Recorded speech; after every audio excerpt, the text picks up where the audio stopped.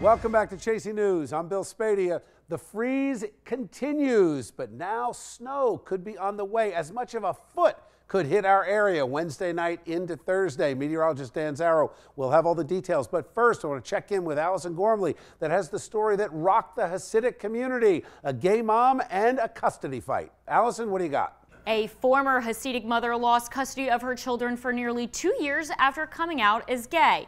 Brooklyn resident Javi Weisberger and her ex-husband divorced in 2009. At the time, she was granted custody of her 3 children. The back and forth began in 2012 when her ex took her back to court asking for full custody on the basis that she had violated an agreement to raise them in a strictly religious household. He was concerned about my lifestyle, my identity, the fact that I'm not straight, and he thought that this could be confusing to the children who were being raised Hasidic in the Hasidic world. Court documents also say Javi permitted a transgender man to live with their family. She told us that the person referenced was just a friend and stayed with them for a month after losing his apartment in a fire. In 2015, the judge ruled that she had violated the religious clause upbringing and granted the father full custody of their children. That was awful. It was devastating. This is after years of me being my children's main provider, caretaker, the person who was most present in their lives. Javi appealed that decision and nearly 2 years later got her kids back this past summer. The appeals court said the decision violated the mother's rights and lacked any substantial basis. Court documents also said that a religious upbringing clause should not and cannot be enforced to the extent that it violates a parent's legitimate due process right to express oneself freely.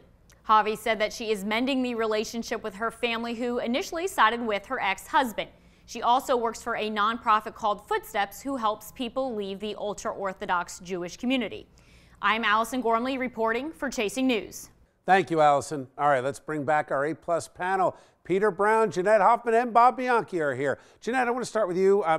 Pretty fascinating case, you think about it, but it really boils down to one thing. I mean, how much is too much when it comes to a parent's lifestyle and how it influences the kids? To me, the father was looking out for his kids. Yeah, I mean, this is all about the kids, and Bob will talk about this too.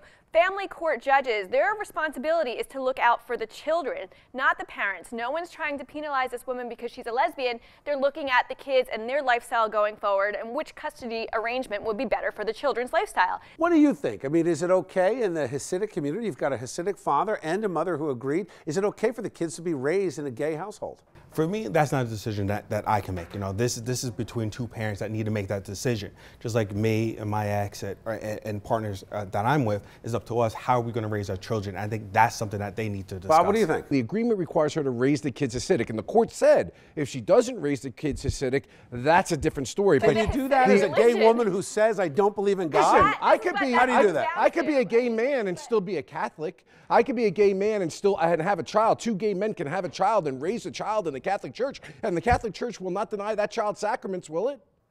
No, but do you really believe that 2 gay men can raise a kid in a Catholic? I mean, they can. Absolutely. But let me put it this way, and to your point, Bill, I think the question is she raising based off the principles of that particular religion? I don't know much about this religion. I think that's what the father's coming in, is that based off their religion, she's not raising them to that standard of their religion. And the father also talked about the change in lifestyle that the mother inflicted upon her children when she chose to live with a transgender man. That's a huge adjustment for children. And I think this is a lot more than just not reading scripture. Yeah, I mean, this is the kids are getting lost in the shuffle here, and that's the thing that makes me upset. The children can make their own decisions. They're in Hasidic schools. But not that young. They're Hasidic training. Can't make your own decisions that young. Not that young. That's a whole other story. And that's our job as parents. I mean, being young, 2, 4, and 6, I believe their ages, they're too young to make decisions as that. All right, thanks, guys.